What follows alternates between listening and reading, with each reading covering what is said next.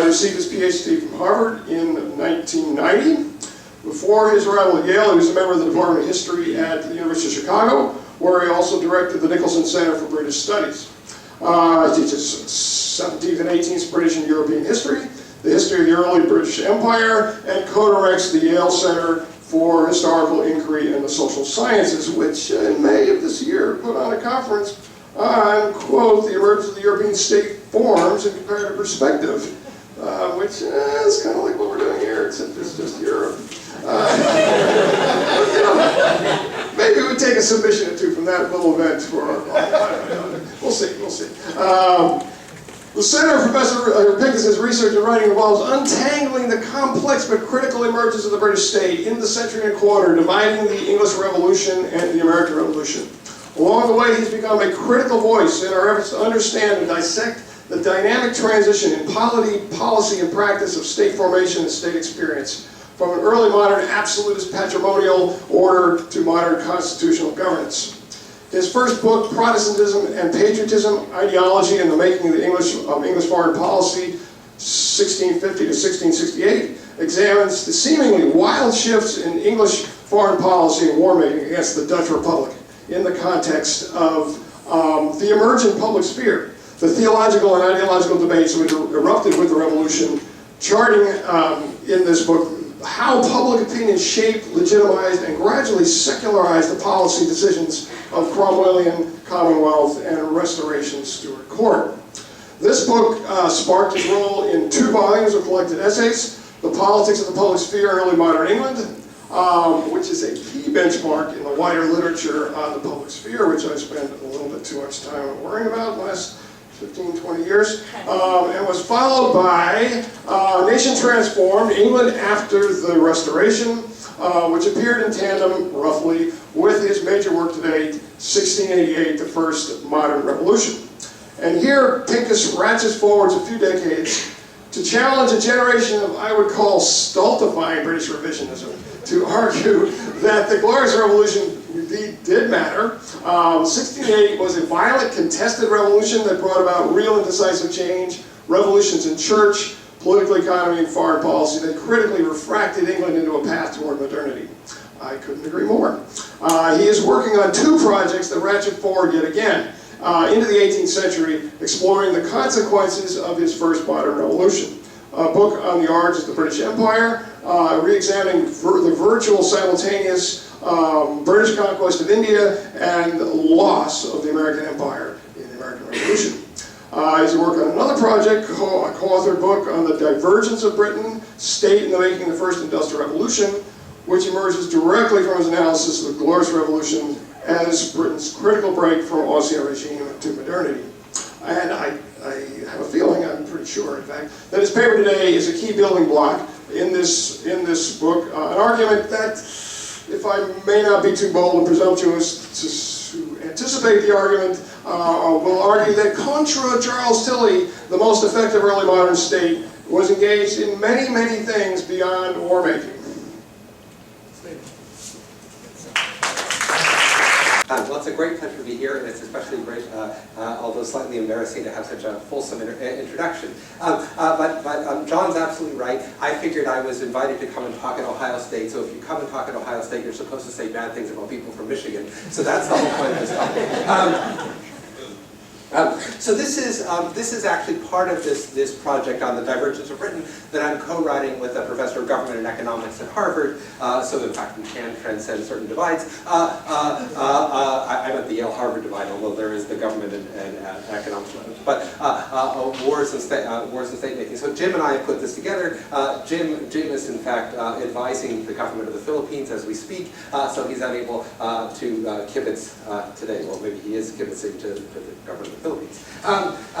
So the basic puzzle that I want to deal with, which was Chuck Tilley's famous puzzle, was that between 1400 and 1800, something like modern states emerged right across Europe. And the puzzle is, why did this happen, and what did it mean? And what I mean by, this is a sort of minimalist point, but there was a radical constriction of the number of polities. So if you look at a map of Europe in 1400, there are hundreds of little different colors on the map. By 1800, there are many fewer colors, maybe the same number of colors, but number of states occupying those colors on the map. And there's a massive increase during this period of state revenue, of bureaucracy, and the ability to project power. Now, the general explanation for why this happens, there's this kind of convergence among social scientists and historians about why this happened.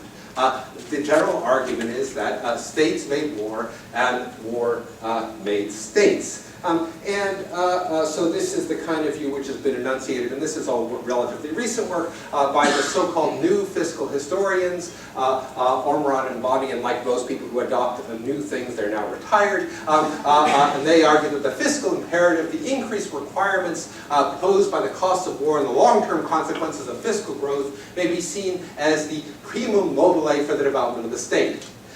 More recently, Phil Hoffman and Jean Rosenthal at the California Institute of Technology have argued that practically the only goal of early modern rulers was to wage war, and Phil is in fact just finishing a book manuscript, which I sent him comments on about 2 weeks ago, which argues from a global perspective that war making is what made states, and the reason why Europeans developed better states is because they fought more wars.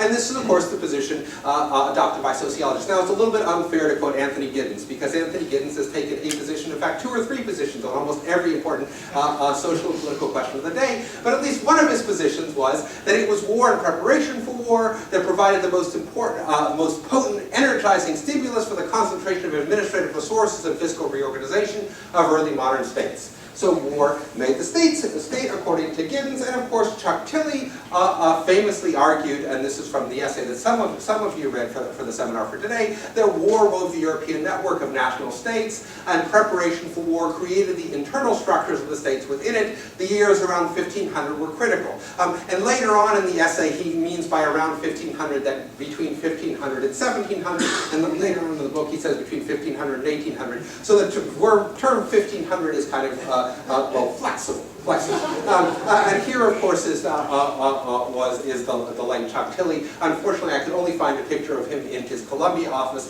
but of course, the majority of his career was spent at the University of Michigan. And this position has recently been embraced by economists. So Tim Besley of the London School of Economics has argued that an intriguing argument by political historians, C.E. Chuck Tilley, who is not a political historian, but there it is, which holds that state capacity evolved historically over centuries in response to the exigencies of war. War placed a premium on sources of taxation and created incentives for governments to invest in revenue-raising institutions. And the important thing about Besley's argument is that Besley offers an algebraic model, a very nicely constructed algebraic model, which not only shows that international warfare created states, but that civil wars led to destruction of states, were actually detrimental to the formation of states. So his general view is wars made states, but it was only international warfare that made states. Civil wars destroyed states. And of course, Giannoli and Voth of now the University of Barcelona have argued that war gave monarchs the incentive to create an effective fiscal infrastructure. And Joachim is also in the middle. Joachim Voth is also in the middle of writing a book proving economically that wars made states and states made war. It struck me as a humble little British historian that it would be useful to ask whether this thesis held for the British case. Now, this isn't just my own sort of narrow-minded insularity, thinking I want to test it for my one case. It seems that of the sort of important state actors in the 16th, 17th, and 18th centuries, one could reasonably argue that Britain was one of the 1, 2, or 3 most important state actors. And in fact, Chuck Tilley himself, late in life, wrote a book about Britain. He spent most of his empirical work studying France. I mean, that had been the source of his early work. And then he realized that if he was going to make his thesis hold, he needed to do a monographic study of Britain, which he did late in his career. And he argued, unsurprisingly, given the force of his work until then, that like all other European states, the British state expanded through war and preparation for war. In other words, the British case was just like all other cases. And recently, two economists at Boğaziçi University, Karaman and Pamuk. Pamuk is the older brother of the Nobel Prize-winning novelist. So talent runs in the family, clearly. They sort of statistically showed that, in fact, the British state expanded dramatically during this period, more dramatically than any other state, and that, in fact, their general view was that this seemed to confirm at least some parts of the Tillian hypothesis. So here's our argument. Okay. It's a little bit more sophisticated than that. So the basic claim. Well, before I just want to say that obviously, I mean, after all this big setup, our view is that Tilly and let's call them the Michiganders are wrong. That in fact war doesn't make states, and states don't just make war. But the general thesis is that first. The British state in the 18th century, and here when I talk about the 18th century, I mean the period roughly from 1650 to 1850, that's a generous definition of the 18th century. The British state in the 18th century was not a narrowly war-making machine. Compared to other European states, it divided a much greater percentage of its resources to economic development and emergency relief. Secondly, international conflict did not determine the growth and contours of the British state. That this was not the most important factor. And thirdly, the choice to go to war and what kind of state would emerge from that war was politically and ideologically contingent. It was based on political choices that were themselves informed by sets of cultural assumptions. So in other words, I'm trying to bring cultural and structuralist arguments together. So let's begin. Did the British state just make war? And here is a painting which should be familiar to almost any Americanist, right? The death of General Wolfe. And this is an argument which has been I mean it's for the British case. It has been insisted over and over again that that's all the British state did. The British state, after all, is supposed to be the quintessential model of the liberal state. That is to say, the state that doesn't get involved in the economy or in society in any sort of way. So Margaret Levy, who is the former president of the American Political Science Association and now the head of the Center for Behavioral Studies at Stanford, argued that the British state of the 18th century was a fiscal and war-making machine. It was not yet deeply involved in education or social programs. Joel Mokyr, the Northwestern economist, made it, as Joel always does, made the point even more starkly. The 18th century British state did primarily one thing, and I can just hear him echoing, and only one thing. It waged war against other states and raised revenue to pay for this activity. Government activity that enhanced social welfare was almost an afterthought. It didn't do anything. But I spent the past 8 years here in the National Archives, that's the National picture of the National Archives in Kew, in just outside of London, and those are boxes after boxes of Treasury papers. The T1 classification in the British Archives. Now, there's a problem with the Treasury papers in Britain. They're only catalogued up to 1720, which means that any arguments based on the Treasury papers mysteriously stop in 1720. But in fact, the papers expand and become much richer over this period. And by studying these papers along with the customs records and a variety of other things, one can come to some radically different conclusions from the Bellicist school. Britain spent a significantly smaller percentage of its revenue on the military than its European rivals in the 18th century. Now, don't get me wrong. Britain created, in the long 18th century, a war-making machine that was extremely effective. They spent quite a lot of money on war. I am not denying any of that. What I am denying is that there was a significant difference with the amount of overall revenue that Britain spent on warfare compared to its European rivals. So France, in the same period, spent well over 80% of its budget on the military. Now, the French Treasury records are notoriously, well, difficult would be a kind word. So 80% is the low end of the various estimates that fiscal historians have used, but there's a fairly wide variance. It goes from 80 to 94%, depending on who you listen to.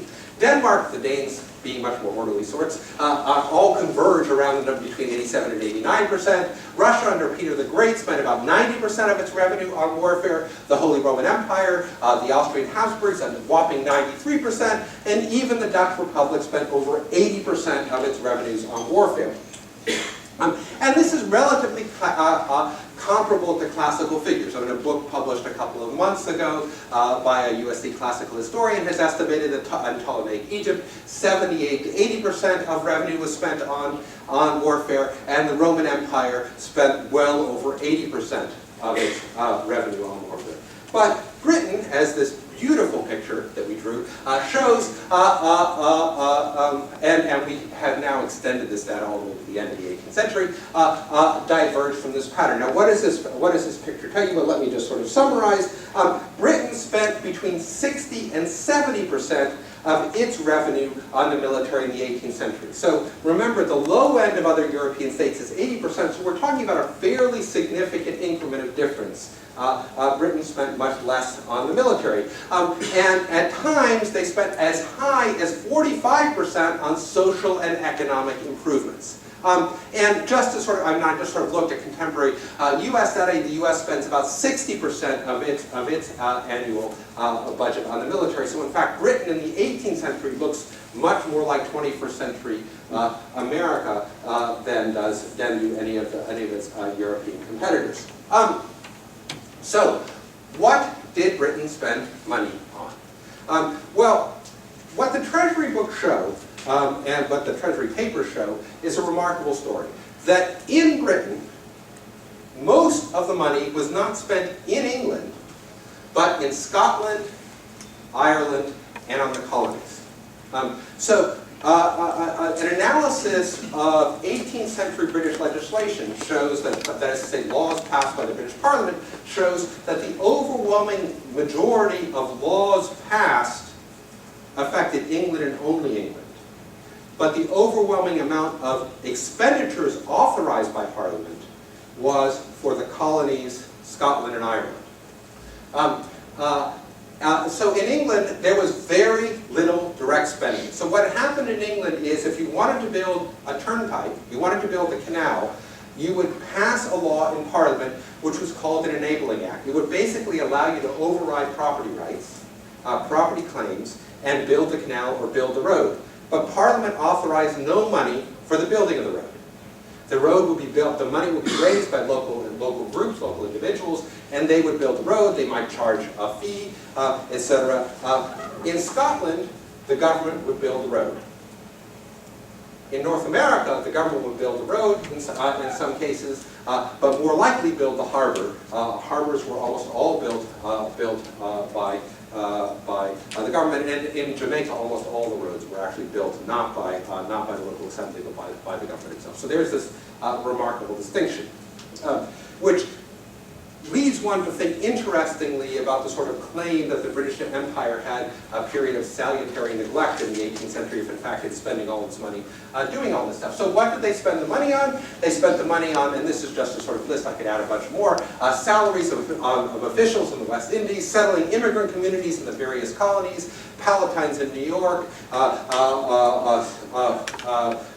Huguenots at times in South Carolina and in Georgia, various German refugees in different places.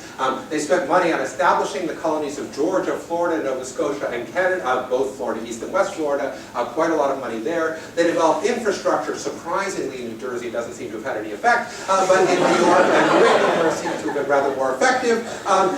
Rebuilding Charleston, South Carolina from the ground after it was burnt to the ground in the fire of 1740. Hurricane relief in 1781, which turns out to be an interesting natural experiment. The same hurricane hits all of the Caribbean islands, devastates the French Caribbean, the Spanish Caribbean, and of course the British West Indies. In France, they do absolutely nothing for Guadeloupe and Martinique. In Spain, they say, okay, we won't collect taxes for a year, but since they were about 5 years behind anyway, it didn't really make much of a difference. And in Britain, they give the British government gives hurricane relief to rebuild the communities, direct expenditures from the Treasury to do this. And of course, they also build commercial roads in Scotland, so we tend to think about the roads that the British state built in Scotland as the roads to get the army up into the Highlands, and in fact there was the famous road to Fort William, but the vast majority of roads built, if you look at any Scottish map, built by the British government in the 18th century, were to commercial centres, were to the various ports, and they were for commercial reasons rather than for military reasons. And here's, of course, a map of Charleston, South Carolina, the map of the town that was burned to the ground and then rebuilt in 1740. Here's Halifax, Nova Scotia in 1751. And it might not look like much. It might not look that they built a hell of a lot, but you can actually, any of you who have been to the center of Halifax know that the single biggest building in Halifax today is still this building, St. Paul's Church in Halifax, which was built by the British Treasury. So was this, everybody always asks me, was this military expenditure in disguise? Was, in fact, any expenditure on a colony ipso facto military expenditure? Well, the answer to that question, unsurprisingly, I think, is absolutely not. And the reason why I know this is because in these Treasury records, in the T1 records, there are records of the debates about what to do with, say, Halifax or Georgia in the 18th century. There are people who say that in the case of Georgia in the 1750s, that all the British government should do was to build forts to sort of contain the Spanish and the Creeks from St. Augustine and some forts in the west, and that they weren't going to spend any money on building up Savannah. But in fact, the government does exactly the opposite. It spends a huge amount of money, gives all of this sort of money, and much more money, as Oglethorpe complained incessantly, to building up the infrastructure of Savannah than it did, and to build various other towns than it did supporting the forts. And of course, in Nova Scotia, the idea was that Nova Scotia was simply going to be a naval base. But the remarkable thing is that they built all of these roads and they helped to support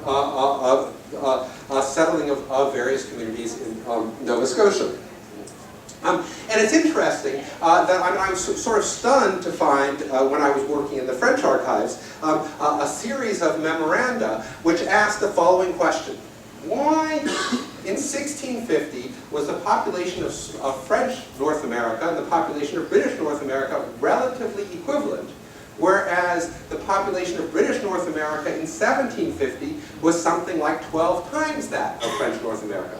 And the answer which the French came to was that we only spend money on the military in French North America. The military, and obviously included in the military, are giving gifts to Indians. That's part of military expenditure. It came through the naval budget of France. Whereas the British spend all of this money on building up infrastructure and making British North America a relatively nice place to live, although nobody can ever make New Jersey a nice place to live. But other than that, they did a reasonably good job. And one wonders what Benjamin Franklin must have thought of it. Well, that's another question for another day, psychological question. So what did the British state spend money on in England? Well, they obviously spent money on the most important people in any state, history professors. They created the 2 Regis chairs of history at Oxford and Cambridge. Now, unfortunately, the Treasury records indicate that history professors at Oxford and Cambridge, the 2 history professors, the Regis chairs, like history professors today, were vastly underpaid. So this was not, in fact, the significant expenditure of what the state did in England. They did, however, spend rather more money on prizes for innovation. So in 1732, the Treasury granted Sir Thomas Loam £14,000 for discovering and introducing the engines for making organzine silk. In the 1770s, the British government doled out prizes and bounties for discovering how to make salt water fresh, for advice against the disease amongst torn cattle, that's hoof and mouth disease, for discoveries towards the South Pole, for experiments in securing buildings from fire, for making a fast deep green dye, and another for dyeing scarlet. They also offered a bounty for taking salt out of seawater, but nobody claimed that bounty. More importantly, they also created this system from the 1720s onwards of bounties. And this is something that I just kind of discovered. I began to understand how this worked this summer by carefully going through both the customs records and the Treasury records. And the interesting thing here is that bounties were sums taken out of the customs and excise receipts before they ever got into the Treasury. which means that the money given out for prizes never counted as expenditures in any of the books. So it never counts in any of the sort of standard printed sources of what the British government is spending money on. And these bounties turn out to be extremely significant. They're basically incentives to develop certain kinds of products. And the result of adding the bounties to expenditures shifts the overall civil expenditure margin up 2 to 3%. So that's so it's a fairly significant shift.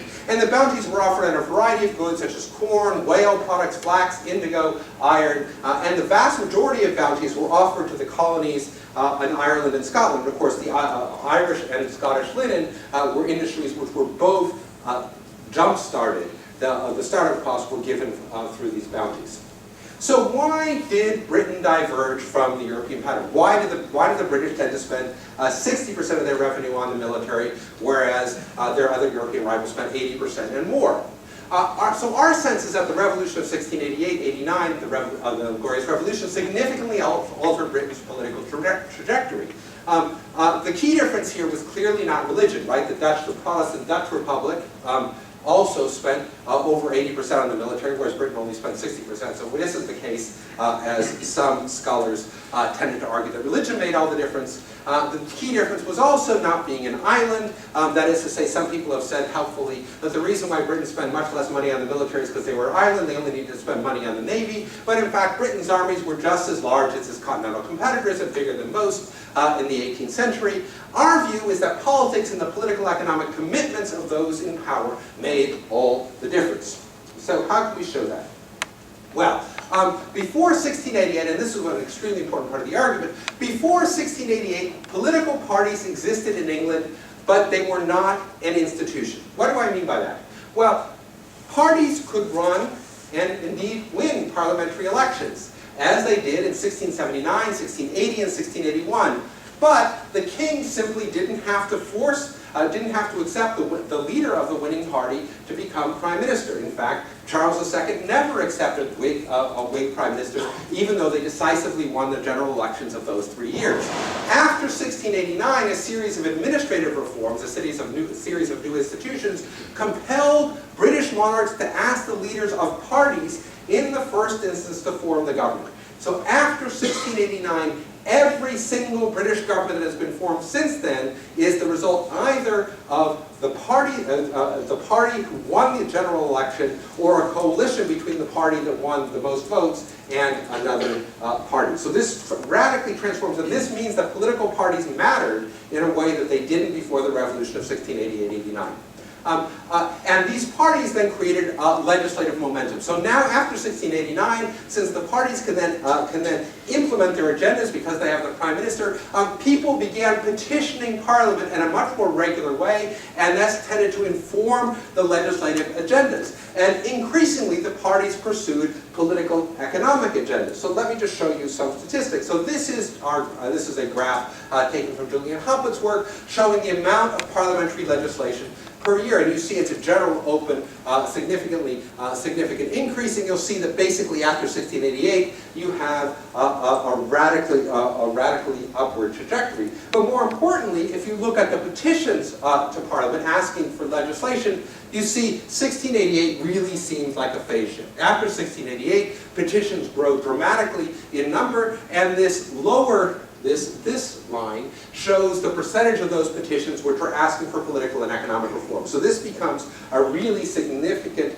part of the agenda after 1688-89. So the argument that we want to make is the reason why the British government is much more interventionist, is much more involved in spending much more money on the economy or on social and economic development than its European competitors, is precisely because the revolution of 1688-89 transformed the political terrain, and it allowed political parties to advance an agenda of social and economic reform in ways which no other European polity was able to do. So, wars, the British state did much more than just make war. So the question then becomes, and that is a really horrible, but there it is. The question then becomes, did wars make states. Did the wars make the British state? And here's our sum total of our thoughts on this subject. So there are three elements of modern states, and this is extremely crude and it's extremely Weberian. It's not because we believe Weber is right, we just wanted to take some kind of crude definition of what states might be and test the hypothesis. So one element is a monopoly of violence. The states gain a monopoly of violence. A second element is the emergence of bureaucratic administrations. And the third element is the development of internal fiscal systems. England had none of these in 1485, but Britain, right, because England and Scotland are united in the Union of 1707, Britain had all of them by 1750, or I should say England and Scotland were temporarily united. I'm being paid to say this by the SNPs. And so Britain had all of them by 1750. So establishing a monopoly of violence. Well, I'm going to sort of talk very briefly about a sort of well-known story, the end of the Wars of the Roses in the late 15th century. So here's a happy image of King Richard III. This is the way he looks in the National Portrait Gallery. This is how he looked when he was dug up from a parking lot in Leicester last year. Well, he seems to have lost some of his handsomeness, but not all of it. Still quite an attractive fellow. And he was, of course, defeated at the Battle of Bosworth Field by this rather stonish fellow, Henry VII, Henry Tudor, at the Battle of Bosworth Field. But the important thing about the Battle of Bosworth Field is that it demonstrates that there was no monopoly of violence by the state. Richard's army, Richard III's army, Richard the King of England, his army consisted of the personal army of the Duke of Norfolk, who had about 3,000 men, Richard's own personal army of 3,000 infantrymen, the Earl of Northumberland's army of 4,000 men, and supposedly the army of the Stanley family of the Earls of Derby of 6,000 men. But in fact, this is what happens when you don't have a monopoly of violence. The battle starts off with Richard charging down the hill, driving Henry VII's men back, and then the Stanleys decided that they didn't like the possibility of Richard III winning. They changed sides in the middle of the battle, and King Richard, so here come the Stanleys, are sitting there, they see that Richard's doing very well, they join in, and of course Richard III is famously knocked off his horse, and that was all she wrote. But the important thing, the point of all this, is that neither Richard III nor Henry VII had a monopoly of violence.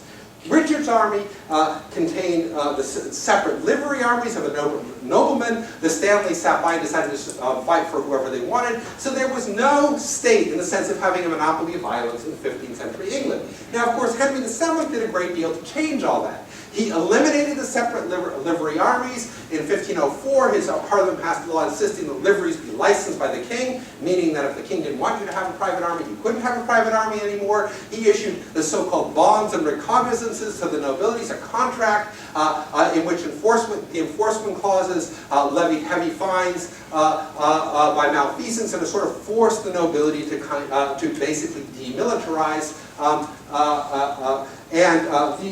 All of these things were sort of enforced by the so-called council learned in the law. The two most hated men in England, the people behind Henry VII here, that's Sir Richard Empson and Edmund Dudley. And the result of all this was to completely transform ended the sort of private armies. By 1558, livery retainers had disappeared, replaced by the so-called local militias, that were then organized by Lord Lieutenants who were appointed directly by the king. And the nobility, by 1641, 80% of the English nobility had no military experience, whereas in the 15th century, something like 98% of the English nobility had military experience. So this was the demilitarization of the nobility, which led to the monopoly of violence. So the question is, did war make the states? Well, no.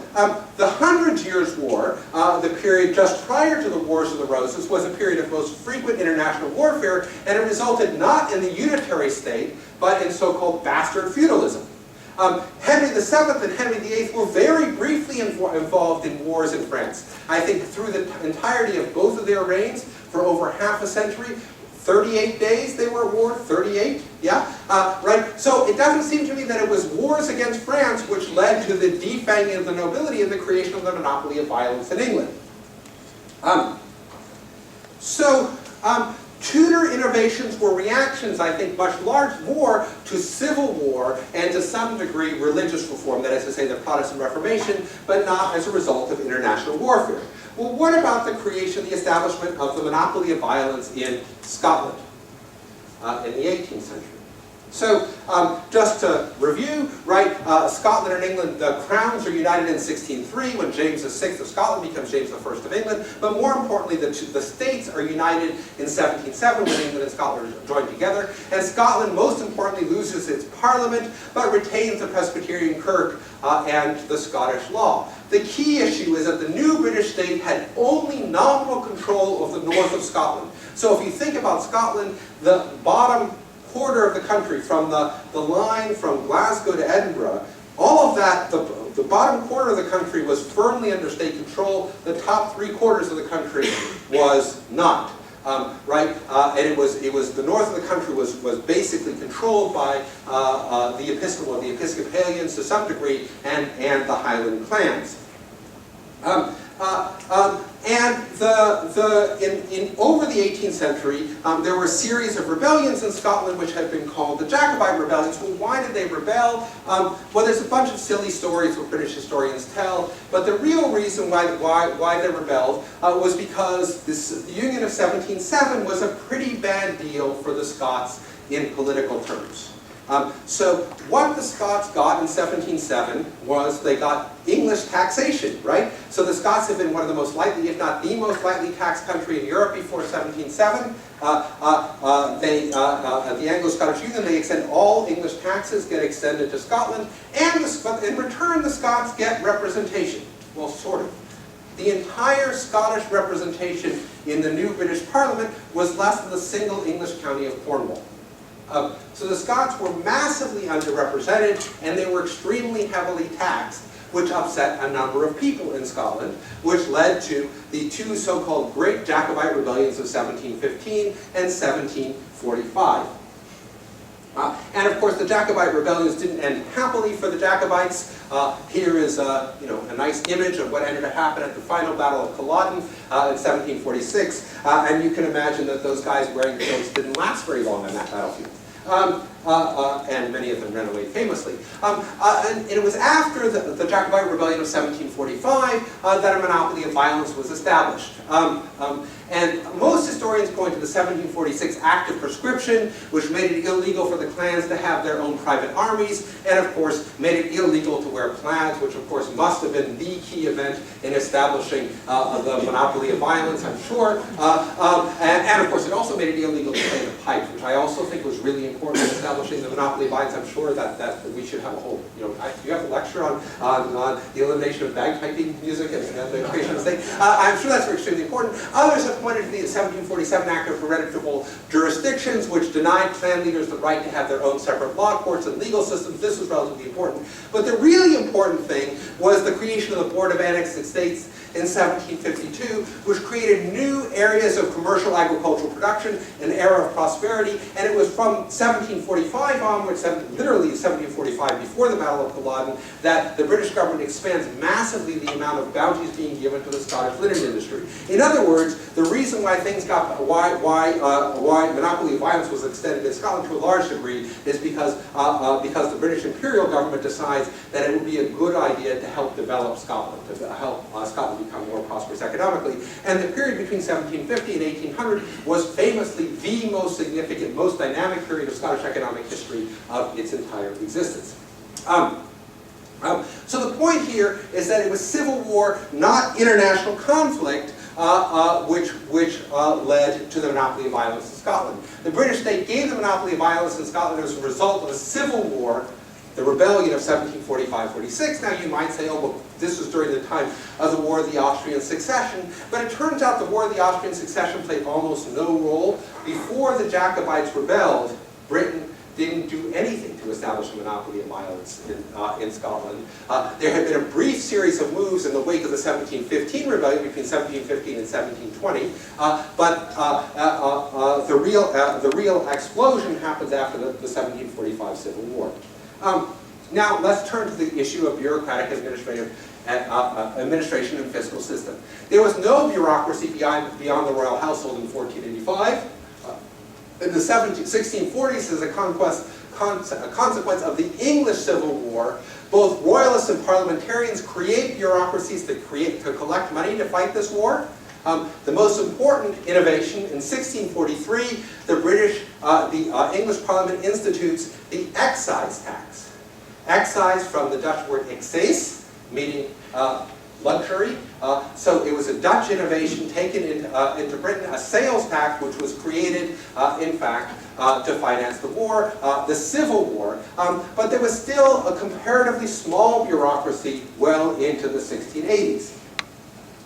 In the 1720s, after the South Sea bubble, right, the big financial crisis, a debt crisis, the British excise system grew exponentially. This is the period when the British excise grows from a relatively modest system to a place where famously Brits were supposed to be able to find excise men under their beds at night. Right, so there's a huge growth of the excise system in the 1720s. But the bottom line here is that bureaucracy began to emerge as a consequence of civil war, not international warfare. The fiscal system emerged as a consequence of the revolution of 1688-89, that is to say the Bank of England was a direct consequence of the revolution of 1688. The creation of the Bank of England was a direct consequence of the revolution of 1688-89, and it grew dramatically as a consequence of the South Sea bubble in peacetime in the 1720s and in the 1730s. So the key developments in the development of the key moments in the development of the British state had little to do with international warfare. And in fact, what I'm trying to suggest is this was all a politically contingent development. It was Whig political strategy that made these things happen, not the inevitable outcome of warfare. Now, how do we know this? Well, the Whig strategy throughout the 18th century was to stop French dominance of Europe and prevent France from taking over the Spanish-American Empire. And when I say France taking over the Spanish-American Empire, the idea was that France would, not through conquest, but through the family compact, that is to say the alliance between the Bourbons, infiltrate the Spanish-American Empire with French merchants. And indeed, the prosperity of Normandy in the 18th century had everything to do with French success in doing just that. The merchants in places like Caen were making a mint, quite literally, by importing, by selling French linen to Spanish America and importing silver from places like Potosi. And their argument was that to do this required massive military expenditure, deficit financing, and fiscal innovation.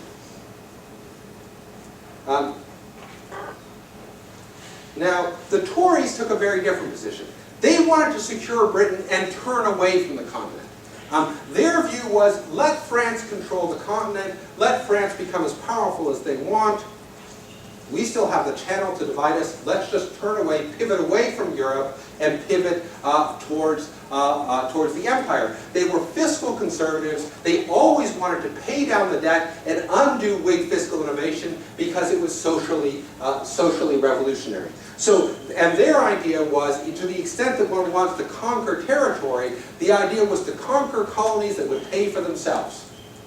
The Whigs were not at all concerned about expenditures. Now, the key Tory ideologist in all of this, although there were a whole variety of them, and I just want to talk about Viscount Bolingbroke because he's the most famous, the Tory ideologist, Secretary of State between 1711 and 1714, and most importantly, the author of a very famous, and editor of one of the very famous newspapers, The Craftsman, in the 1720s and 1730s, and the author of a number of pamphlets.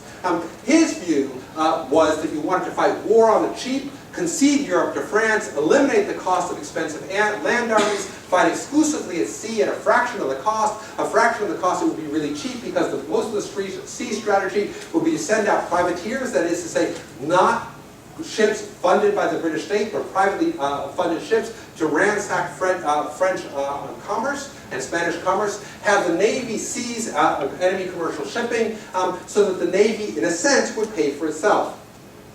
And at every moment, so throughout the 18th century, it was Whig governments that fought and won wars, it was Tory governments that made peace. And at the end of each of these wars, the Tories wanted to to get rid of the British state. So in 1697, at the war, whatever you call it in America, King William's War, the 9 Years' War, the Tories wanted to reduce the army from 120,000 men to 8,000 men.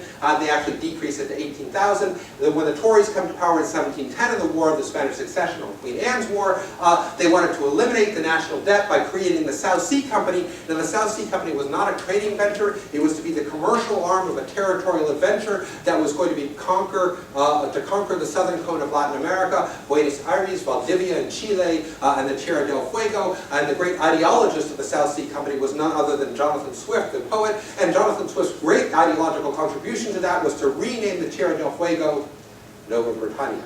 In 1760, the Tory government came to power and adopted austerity measures, negotiated a peace, attempted to shift tax burden to the colonies to eliminate the national debt, and of course the great ideologists of this strategy were George Grenville and Charles Townshend, whom you might have heard of. So the growth of the state, in fact, I'm suggesting, was a political choice. Different military strategies have different state effects. If you try to fight war on the cheap, and have the war pay for itself, you're not going to build up a big bureaucracy. If you're going to have a big land army which needs to be supplied, etc., it's going to have a different kind of state effect. And different peace strategies have different effects on the size and contours of the state. So the Tory peace strategy was always, the goal of the war was to in fact get rid of the national debt and to pay down the debt and to eliminate the state. So wars don't make states. Politics, politicians, and culture make states. So what are the implications of this? Well, I think there are a few. First, industrialization. Perhaps, we're suggesting, Britain became the first industrial nation because it devoted more resources to building up the economic infrastructure, supporting economic innovation, and developing colonial economies. Colonial consumption allowed British manufacturers to grow, to develop, even during times of unending European warfare, when European markets were closed to British manufacturers. So the British could always count on American, Indian, and West Indian markets, no matter what was going on in Europe. Remember that Napoleon's continental system, which was merely an extension of Colbert's continental system, was to close European markets to British manufactured goods. Second implication. There's a famous story told by two Harvard economists, so unsurprisingly got it wrong. A famous story, a legal origin story. The argument that they make is that the reason why places, former British colonies, and have done so much better economically than other places is because the British gave them the great gift of the common law. That, in fact, it was British legal culture which allowed for the divergence of Britain.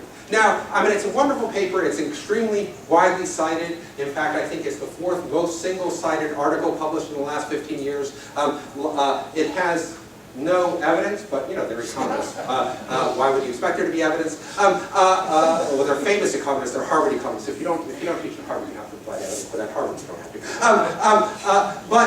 But the story that we're telling here, if you look at these sort of graphs about petitions and legislation, is that the law mattered, the nature of the law mattered much less than actual legislation. That is to say, we think that policy, that laws being made and expenditures mattered much more in terms of the divergence of Britain than its legal culture. Third implication, debt. The fundamental economic problem of the 18th century was state sovereign debt. That might seem to you to be a familiar problem, right? State sovereign debt seems to be a major problem today. The great banking crises of the 18th century were caused by debt, the South Sea bubble, the Mississippi bubble, the Spanish fiscal crisis of 1738-39, the famous Madrid riots in 1766. All of these things were associated with debt, and obviously there's a long story in French historiography about the relationship of debt, of fiscal crisis to the French Revolution. And of course, many revolutionaries were motivated by debt. I mean, obviously Thomas Paine, Thomas Paine was a debt apocalyptic. Right? I mean, he was an excise collector and printer, obviously, obsessed with European debt, and he predicted in a number of his writings, obviously, that European debt was going to lead to the end of civilization. But the implications of this story is that throughout the 18th century, Britain faced debt crises. The solution until the 1760s for Britain was to try and stimulate the economy and develop a broader consumer base who would then pay more into state coffers through excise and customs. That is to say, Britain, throughout the 18th century, unlike their European their rivals, reacted to debt crises with a growth strategy. Now, in the 1760s, Britain shifted from a growth strategy to austerity measures, which led directly to the American Revolution, and, according to Parson Parthasarathi, led to the deindustrialization of Bengal. So, one of the implications of our story is part of the difference of Britain has to do with the way in which they react to debt, and that, at least in the 18th century, growth strategies seem to be much more successful than austerity strategies. Finally, I think there's significant methodological implications. The study of the state, it strikes me, has been bifurcated into two mutual groups of scholars who don't communicate with one another. Let's call them the structuralists, and here I'm thinking about Chuck Tilley, but not only Chuck Tilley, I mean that's obviously Tim Besley, Phil Hoffman, Margaret Levy, in which culture is largely irrelevant in the story. Right? What you do is you look at various graphs. For these guys, culture doesn't matter at all. There's an alternative story. You could talk about sort of Michel Foucault's story about the state, or Quentin Skinner's story about the state, in which culture is determinative and structures don't matter at all. And our project insists that, in fact, we should bring the two together. We need to bring culture and structures together. Structures create the conditions and shape the options, but human beings, because of their cultural assumptions, make the final decisions about what actually could happen. So and in a sense, I'm using the word institutions here in a very specific way. I'm using institutions very deeply informed by Douglas North, the economist, Nobel Prize-winning economist Douglas North, notions of institutional economics. And it strikes me that Doug North's move was to make it possible for structuralists and culturalists to speak to one another, because he said, in fact, whatever economic desires we might have, those economic desires are mediated by institutions which in fact have cultures of their own. And it strikes me that this is a way that allows us to bring cultures, thinking about institutions, allows us to bring cultures and structures together. So the bottom line is that we think ideology matters. And that's all I have to say. This is working. I'm going to ask you to get up because you're going to do your own questions. Okay. And my first question, I am just going to take the lead here. This Keynes lurks over your project. Did Keynes have any idea about this at all? Well, so yes and no, right? I mean, obviously Keynes thought hard about growth. So Keynes was, I mean, so the problem is, here's a sort of historiographical diversion, right? So in the 19th century, there was this generation and a half before Keynes. There was this 19th and early 20th century. There was this very vitriolic debate between the so-called German historical school and English free traders. The English free traders sort of criticized German Bismarckian state development and said, look, the state shouldn't intervene in this way, we should just have markets, that's the most efficient way to do anything. People, well, like, I mean, the sort of originator of the War Makes States thesis, who's not Chuck Tilley, I'd like to blame everything on Michiganders, but in fact is Otto Hintze, who was, I don't think, ever set foot in the state of Michigan. Right, I mean, so this was, Hintze was a member of the German Historical School, I mean, as was Weber. So these guys said, no, you're completely wrong. There are in fact stages of human development. Before you can get to the free market stage, you actually have to have state involvement. And then we can be, all become like Britain. And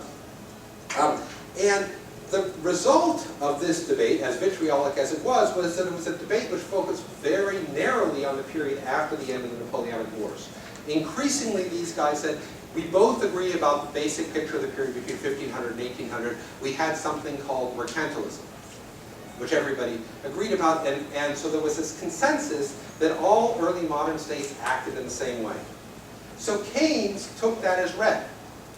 And he didn't, so he argued, his argument was, historical as it was not about this data, what was going on in the 16th, 17th, and 18th century. So he didn't sort of take that on. And in fact, there was good reason for him to do this, because it was an 1883, 1884 parliamentary report in, 1883, 1884, right in the middle of Gladstone's administration, right? When you have all these free traders running the treasury, and they produced this report which vastly exaggerated the amount of British military expenditure in the 17th and 18th centuries, and they said, right, well, the British, and they took out all of the expenditures on everything else. So they said, right, well, the British state, and there was no involvement in the economy. And this was taken as gospel, and it's still taken as gospel. Patrick O'Brien still refers to this report in an article published 6 months ago as describing the nature of the British state. So Keynes, the answer to this question is that theoretically, Keynes took a position not terribly different from ours, but he was unable to make the historical argument because because there was this, right, so when you have this, vibrant debate, which is determining the, you have to understand, the debate between the British free traders and the British German historical school was not only extremely important for thinking about the economy, it also structured the creation of modern sociology departments, modern history departments, and modern economics departments, right, really right across Europe. So these were the assumptions that were at the heart of the foundation of these disciplines, right? So this is the period, 1880 to 1920 is when the disciplines get consolidated. Right? And these are the founding assumptions of these disciplines. So it was very difficult for Keynes, as brilliant as he was, to actually sort of take on that assumption. And of course, it was difficult to do given the data that was then available. Good. This was big fun, especially for me, American historian, so I'm persuaded by it all because I don't know a thing.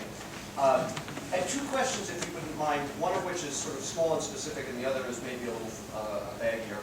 I was intrigued by those comparative numbers you had about British military expenditures as against other European nations. And the thought that occurred to me was, in this period, so those comparative numbers don't tell us what's being spent absolutely. Right? Maybe that England is simply much, much wealthier, so its 60% is buying a hell of a lot more than Denmark's 88%. So I guess, have you thought about, is there sort of in this period, a kind of threshold of military stuff that you need, and it's going to cost X amount of money, but in Petersburg it costs 90% of the budget, but in England it only costs 60% of the budget. Does that make sense? Yeah, so the answer, so we're pretty sure that your general intuition is right, that Russian military expenditure was much more inefficient than British military expenditure. That said, there was no, so there was no interest in spending the money on other things, right? So you could have imagined, right, if war makes states and states make war, and those are the only sort of terrain, you would have expected the British to spend the increment, the money they were saving on building a bigger and badder army, carry, right? But they don't do that. And it's pretty clear that in terms of procurement, so Russia is, the limit case. They're really, really inefficient. Right. But France and Britain are basically the same, right? So there's all this story, right? The French revolutionaries, there's all these stories of French revolutionaries complaining about how inefficient the state was, and the Ancien regime. And they were right. But the same claims could have been leveled about the British state. The British state. It wasn't like there was no calculation of Britain, right? And we know that it cost about the same to build a man of war in Britain as it did in France. We know that the cost of all the sort of basic things about fiddling, all this stuff is basically the same. So the difference between France between 83 and 90%, and Britain between 60 and 65% is pretty significant, given that they're operating on more or less the same terrain. I take your point about Russia, but the point is also, I think, there's also this question about why. You have to explain why it was that Britain spent the increment not just on war. Thanks. Oh, you have the Yeah, question. so my second question, actually, it's your last slide here. It's sort of a soft cultural kind of question, because your talk and the premise of your talk made me think about it, and I say that I like to teach from 1918, Randolph Bourne's Wars, the Health of the State. And he's not interested in the structural questions. He's interested about what war enables the state to do to people. Right. And I wonder if that's a piece of your story. So it's really only warfare. Well, as William James writes, it's the only tax people are happy to pay. And whether that's part of nation formation as well. Right. So look, and here's where I think my argument is a little bit subtler than the kind of bold lines that I'm describing. I think I wouldn't deny that basic assumption. That in other words, when you go to war, when you're able to persuade people that their lives as well as their livelihoods are threatened, you can get the people to pay more taxes. The question for me is, what do you do with those taxes, even during warfare, and what do you do after the war? So the question for me, and this is so the big debate in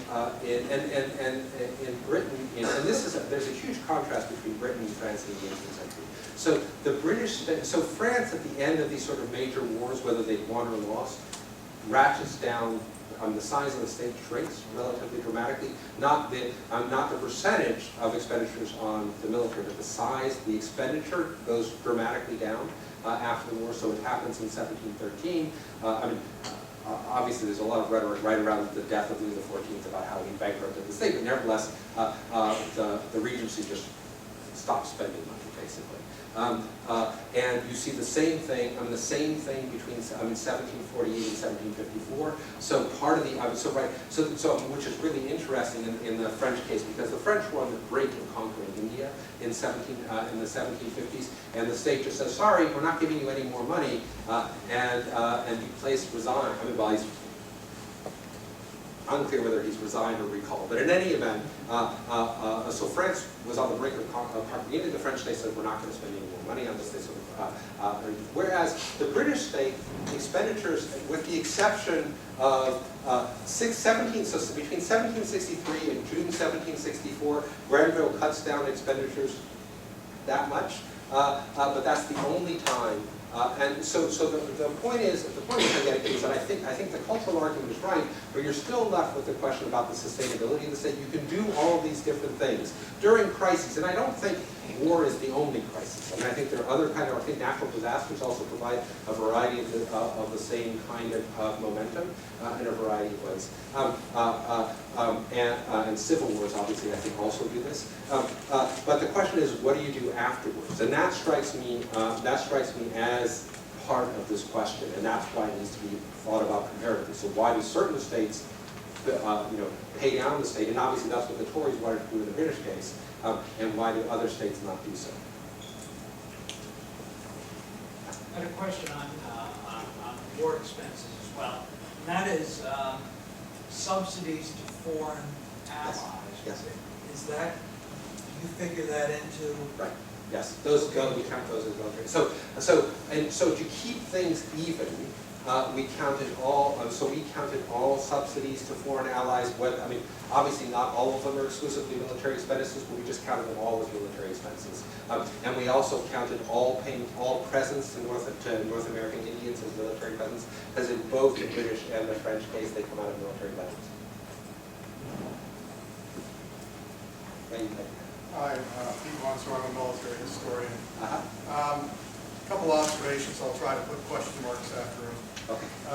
First, on your comparison of British expenditures to U.S. expenditures, military expenditures today, the United States spends about 22% of its gross domestic product on government stuff. About 4% of that is on military, so that's less than 20%, it's not 60%. 4% is domestic discretionary, the rest is debt service and entitlements. The 60% you showed up there is way off. 60% in terms of Britain is still a huge chunk. And I would argue that it was spent to maximize state power. Now, European states did that by trying to go to war with each other. Britain tried to do that by acquiring an empire. And the expenditures in Scotland, Ireland, and overseas could be seen as military expenditures in the sense that if you look at, say, a modern counterinsurgency where you're trying to pacify a nation, you're putting military forces there, but you're also conducting reconstruction activities and economic activities in order to pacify the countryside and bring it into accord with your government. So I'm just wondering if you have any thoughts on that. Yeah, so we thought hard. I mean, I defer to you on the American stuff. I was taking this out of, I was taking from Jim Sparrow's book. So if Jim's wrong, and tell the University of Chicago that's fine. So that's the source of that.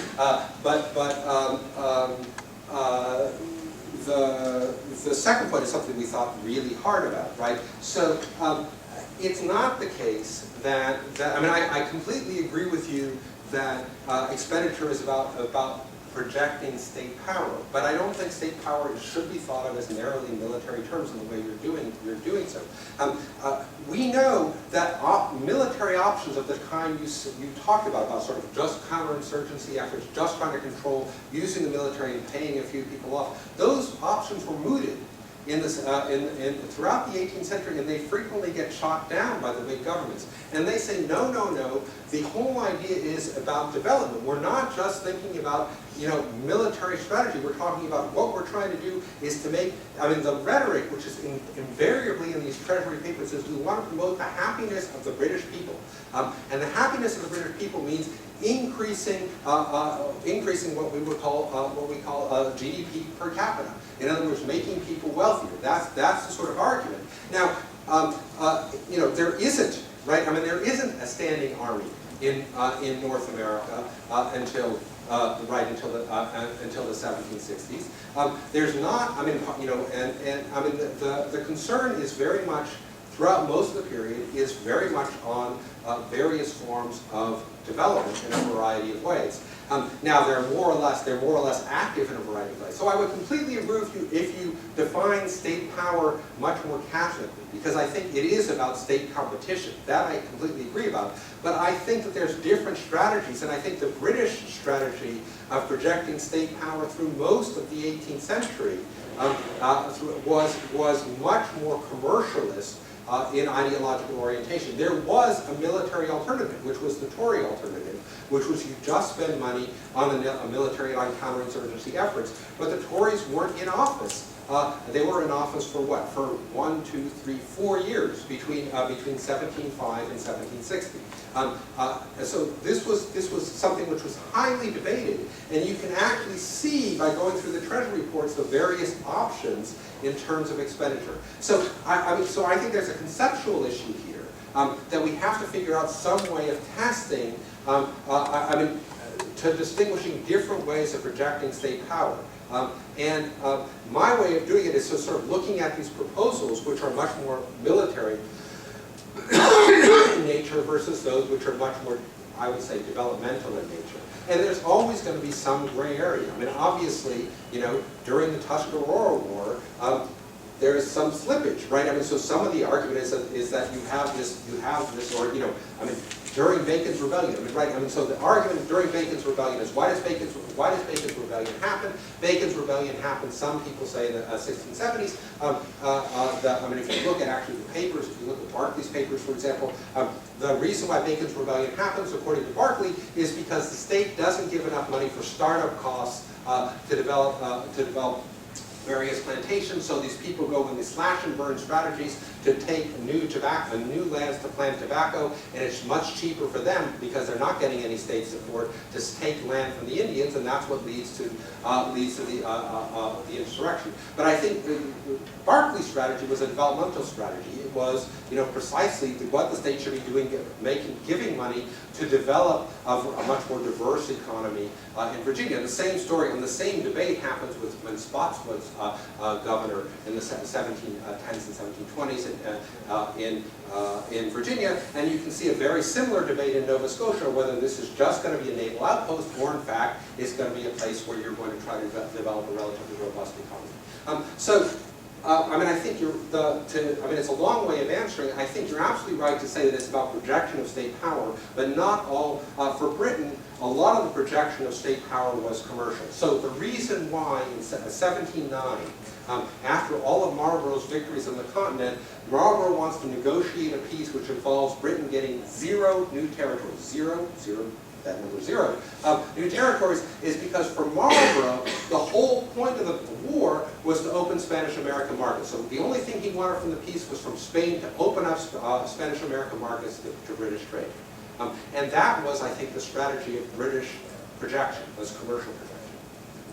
What was the economic piece? I agree with you that, economics is a part of state power, a huge part. Were the British politicians really saying we want to make our people happier, or did they want to maximize the economic element of state power so that Britain would be strong? Well, no, this is one of the remarkable things. If you actually, so the standard line is that there was this so-called mercantilist consensus, and all they wanted to do was to make the state strong.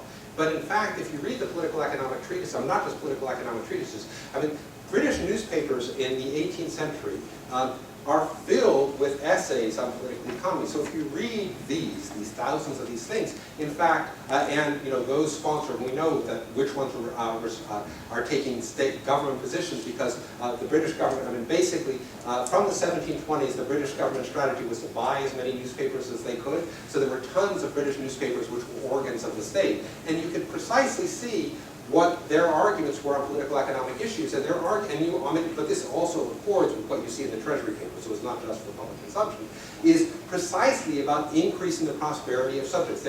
They're completely convinced about the centrality of the increase of the goal of the state is to increase the prosperity of their subjects. And of course, that's the logic you would draw from something like Locke's second treatise, right? If you believe that Locke's second treatise says the whole purpose, the whole reason why people come together in society to form a government, to form a state, is to protect private property and to increase prosperity. And his favorite word is happiness, to increase the happiness of the subjects and the people. And Locke's relatively influential in political economic thinking in 18th century Britain. You bring up ideas of the happiness of the people. Sorry, you bring up ideas about the happiness of the people and the subjects of the crown. However, and you're talking about the implications of policy for the benefit of the whole, for the benefit of the colonies. Mm-hmm. But one thing you don't really talk about, you assume that everyone, from what I'm getting from this argument, you assume that everyone is white and male in what's going on. You don't mention the role of women. And in the book Revolutionary Backlash by Rosemary Zagari, she talks about the role of women in the American colonies in political organizing during the early republic. And I'm curious, because I don't know a lot about it. Well, I don't know a lot about it in Britain. But was there a role of women in policy and leadership? Absolutely. And what was going on? Absolutely. So first of all, Britain was much more politically participatory than most people think, right? So most people measure political participation by how many people vote in general elections. And obviously, voting in general elections was restricted to males. Not exclusively, there are some exceptions, but generally restricted to males. But in fact, there were many, many other ways of participating politically in 18th century, long 18th century Britain, right? One of the things that's extremely influential is because there's this big national debt, a lot of people own bits of the national debt, and people who own stocks and bonds meet and agitate in a variety of groups, and we know that about 20 to 25% of the national debt were owned by women.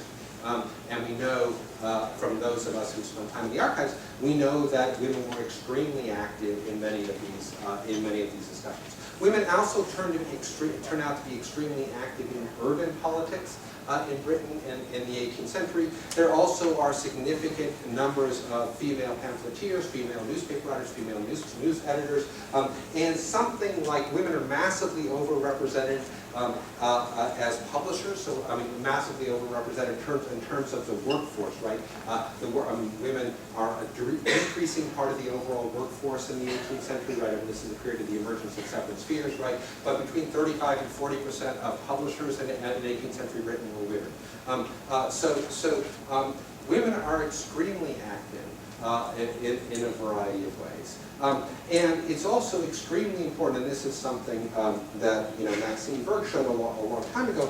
Women are extremely active in varieties of forms of economic activity over the course of the 18th century, and as a result are very much considered to be important subjects. So it's extremely important to realize that things like extremely influential newspapers like The Spectator and The Tatler, two extremely important early 18th century British newspapers, were, we estimate that about 70% of the readership was female. And I mean, I'm not exactly sure how people have come to that conclusion. I mean, I know some of the ways they did that. But it's, it's a remarkable fact that women were extremely involved in a variety of ways in this space. That said, my sense is that over the course of the 18th century, perhaps women became less involved, and that in fact the kind of austerity government which happened post-1760 and was also much more gender specific than others. But this is something. I mean, this is something which I'm only just beginning to work towards. So anyway, here it is. Yeah. Thank you. I have a question about your basic definition of the state. Because I was really struck by how much of what you're discussing is actually occurring in the colonies and how much money was actually spent in the colonies. At the same time, when you discuss the consolidation of the state, these three elements of the fiscal system, the bureaucracy, and the monopoly of violence, many of the policies you're talking about are actually occurring on the British Islands. Mm-hmm. So, I mean, how do you reconcile that? Because, I mean, there has to be a different degree to which these elements associated with the consolidation of the state occur in the colonies as to the metropolis. Sure. Yeah, I mean, there's obviously differential, and I think you're absolutely right that we should. I mean, we should talk about this issue of. All of these issues more explicitly with respect to the colonies. But I think it would be fairly easy to extend this kind of argument. I mean, I think you could say that over the course of the 18th century, there's an increasing monopoly of violence, not only in the North American colonies, but in the West Indian colonies as well. I mean, obviously in Jamaica, the Maroons remain something of a problem, more than something of a problem through much of the 18th century, but the extent of control of the British government in Jamaica in terms of monopoly of violence extends. And I think the same could be true, I mean, if you just think geographically of the extension of the monopoly of violence in the various colonies westward over the course of the year. I mean, there is more of that, and I think, a lot of it is not a very pretty story from the perspective of Native Americans. So I think there is more of a monopoly of violence, and I also, but in terms of the expansion of the bureaucracy, I mean, it's a very stark story, right? I mean, we know, there are early Americanists here, right? And we know that there's a significant increase in customs officers, excise officers, collectors of things like stamps over the course of the 18th century. The growth of things like vice admiralty courts. There's a huge extension of this, and this is the same story you can tell with respect to Bengal in the 1760s, 1770s, and 1780s. A sort of massive increase of that. And I think, again, the same story with various forms of the fiscal system. I mean, it strikes me, just going through the Treasury books, how deeply integrated the North American colonies are into ownership of the British national debt. It's amazing to me, and this is something, I mean, there must be people who've written about this, and I sort of refer to the local experts. It's amazing to me how much, I mean, going through, my own sort of back of the envelope calculation was that in 1765, about 15 to 18% of the national debt was owned by North Americans. So in other words, they're integrated with the fiscal system. So I think, you're absolutely right. In fact, I think the point you make is a very good one. I think the next set of revisions of this paper, I think will extend that, but I think you can tell the story equally positively.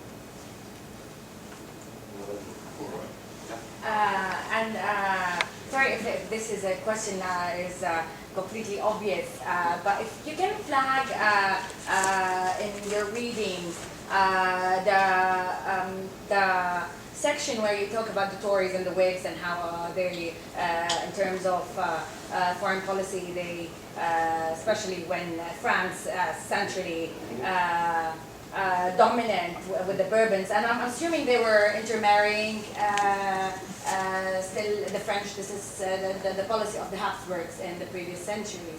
But we know that in Britain, with the Act of Succession, the strategy of dynastic marriage was just locked in and proven that it's a bad tool in a big toolbox. But was it revisited in the 18th century of what let's in a way as a third strand, let's actually revisit this dynastic marriage prohibition and deal with the French in this way, and this is really out of personal selfish interests. Right.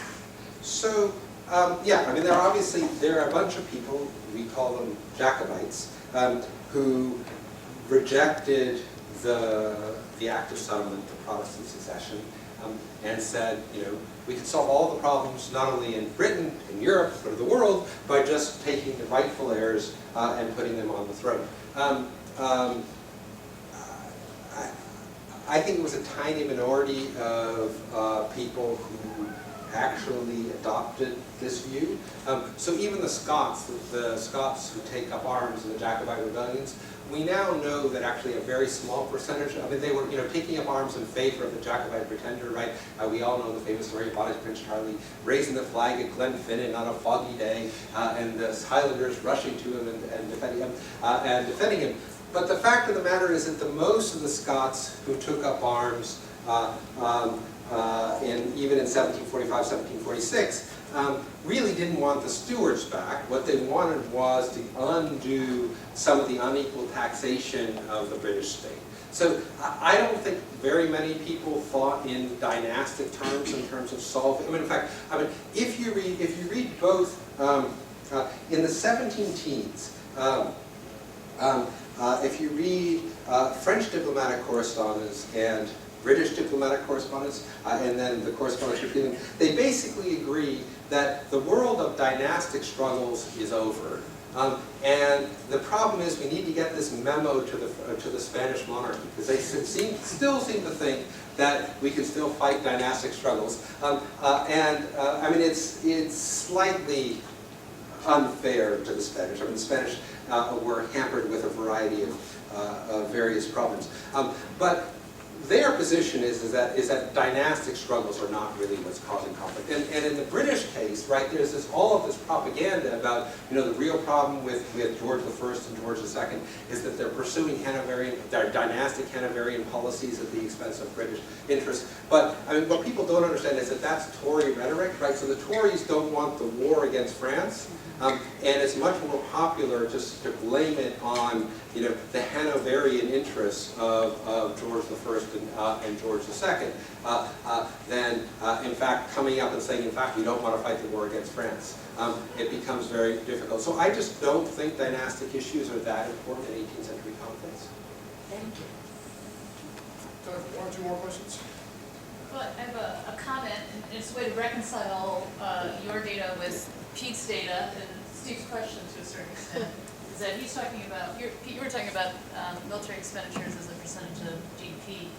I'm guessing your numbers are actually tax revenue. Yeah. So it's actually tax revenue versus GDP. Right. So, yeah. It might be useful to put your numbers more in a GDP context too, because that's part of your question was Yeah, but it's what very proportion of the economy is. I know it's hard to make Yeah. these but I mean, that's what people are coming at this in different sets of Right. values, so that Right. So useful we're to just make that clear.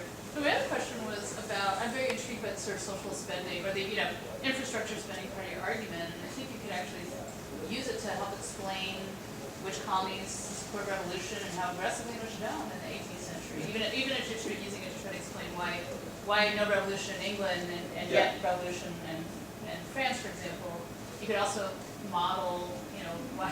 So this explains maybe why Canadians in Nova Scotia aren't rushing Well- Or why Nova Scotia's not rushing, like Florida's not rushing, like Caribbean's not, Yeah. because they're Although proportionally they're getting more of this. Georgia becomes a real problem. Georgia and South Carolina, though, I think that they're pretty, you have a lot of loyalism though, too. You have a very Yeah, divided, well, sure. you know, you have to divide, you have a lot of division on which way to go. And even, I love this, 15 to 18% of the columns themselves on the national debt, even to know where and Well, which that would be, yeah, communities but and that are would they be. the loyalists, you know, that kind of, you know, that Well, helps, well, you so know. we have names, we don't have. And locations. Yeah. So to me, it sort of it gives you a. No, I mean, I think it's something. Material map. No, I mean, I think it is very. Helps sort of- explain these other. Yeah, I mean, yes, I mean, so, yeah, I mean, it would be really interesting, but I do think, so, I mean, I've come to sort of think, so in Jamaica, for example,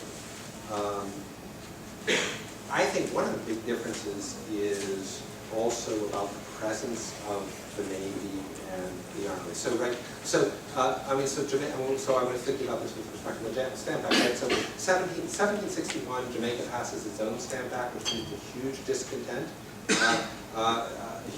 huge discontent, but there's no, and the governor, the brilliant William Henry Littleton, dissolves the assembly. And people are fuming, right? There's all this sort of agitation. They actually, Jamaicans march on Westminster Parliament. But, you know, and in 1765, the Jamaicans write all sorts of nasty things about the Stamp Act. In fact, it's the actual London petition against the Stamp Act is presented by 3 Jamaicans. And yet, the story that we're told is that there's no discontent in Jamaica. And when I went through the Jamaican stuff, and there's a lot of complaint about it, but there's no actual discontent. Why is it? Well, every time, each parish in which sort of a major assemblyman is known to be upset with the Stamp Act, had Littleton just send the regiment there because of rumors of slave discontent. So I think that also presumably matters some, but I think you're right that it would be really interesting to try to carefully map expenditures or the pattern of expenditures, and I mean, your gut feeling about Nova Scotia strikes me as absolutely right. And I think it's also interesting that also if you think about what ends up happening in Ireland in the 1790s, right? I mean, the 1798 rebellion, I think, is very closely related to the complete ending of infrastructural expenditures there. So I think it would be really interesting to do, and I mean, we're not going to do that for this paper, but I think it's, you know, it's something to think about for this project. My question is kind of related to this issue of GDP. I'm really glad that you brought that up. I found it intriguing that there were long reports being built in Nova Scotia and Georgia. If you compare that to the Spanish Empire, you know, one of the things, you know, there were many reasons why the Spanish, you know, state was becoming weak in the late 17th century because of the 18th century. But one of them certainly was the fact that so many fewer revenue streams, there was so much less coming from the Americas to Spain during that time period, precisely because it was being spent in the Americas building up fortifications to protect against a variety of different colonial divergence as well as predatory. And you mentioned that briefly, that it was a sort of throwaway, but you know, looking at this from a Spanish perspective, this seems like an outsized issue, and I'm just curious how much that contributed to overall revenues and how that factors into these budgetary issues. Right. So I think that's absolutely right. I mean, so one of the key things with Spain is that, I mean, there are 2 interesting factoids with respect to Spain that I think is extremely important, right? Is that cash transfers in the Spanish Empire from the mid-17th century until independence in the early 19th century go one way. They go from the colonies to Spain. Spain does not transfer money there. And you're absolutely right that there are key moments when there's a radical decline of the cash of the transfer going from Spanish America to Spain itself. And you're absolutely right that in fact the Viceroy spent large sums of money on defenses. So I think all of that is true, and I think the same story you could tell with respect to the French Empire, right? I mean, the French Empire, and this is, you know, Kathleen de Barras' work has shown that basically in France in the French Empire and French North America, they just spend money on the military. They don't spend money on anything else. And no money comes from France to French North America, except in the form of money coming from the naval office to support the military. So I think that's absolutely right. Now the issue about privateering is an extremely complex one. So the basic, and it goes through a variety of ways. So there's this huge argument, and I think it's in fact one of the central arguments from, well, 1670 from the Treaty of Madrid and 1670 until the American Revolution, is whether or not and to what extent there can be trade between British America, including the West Indies, and Spanish America. There's no question from Spanish law that you cannot sail to Cartagena if you're a Brit and trade. What's a little bit less clear, and in fact there's a huge argument about this, is whether you can sail from Cartagena to Kingston and bring Spanish bullion in exchange for British manufacturing. Because the reason why this is such a big debate is because there are no manufacturers in Spain. So the way, and over the course of this, you know better than I do, right? Over the course of the 17th and 18th centuries, increasingly in low-end indigenous cloth production is being driven out because the indigenes are being driven into the mines. And so there's an increase in importation of European manufactured goods. And Spain's not doing any of the manufacturing, so where are they going to get it? And the options are two: French linen and British cloth and linen. And this is a huge debate about whether Britain should be involved in this manufacturing trade. And in fact, it's pretty clear that the most prosperous period of Jamaican history was not driven by the sugar trade, but was driven by the export of British manufactured goods, or English, because it started in the 1690s, British manufactured goods, into Spanish America. All of that comes to an end with the creation of the South Sea Company in 1711. And the South Sea Company, the great role that the South Sea Company plays is it polices the trade between Spanish America and the British West Indies. And they're much weaker, and the trade had sort of began to build up again before the so-called Seven Years' War. And then Grenville, in his brilliance, sends so what happens to the British Navy in 1763? Well, they're sent to patrol the West Indies, not to worry about the Spanish and the French in the West Indies, but to stop trade going from Jamaica to Spanish America. So this becomes a huge issue. And of course, the whole idea of the setting up of West Florida, Pensacola was supposed to be a trading port to trade to Spanish America.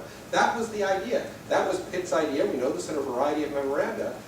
And of course, Grenville will have none of it. And the letters from the governor of West Florida, the first governor of West Florida, are hilarious. Why would anybody come here? He says. Well, let us put our hands together.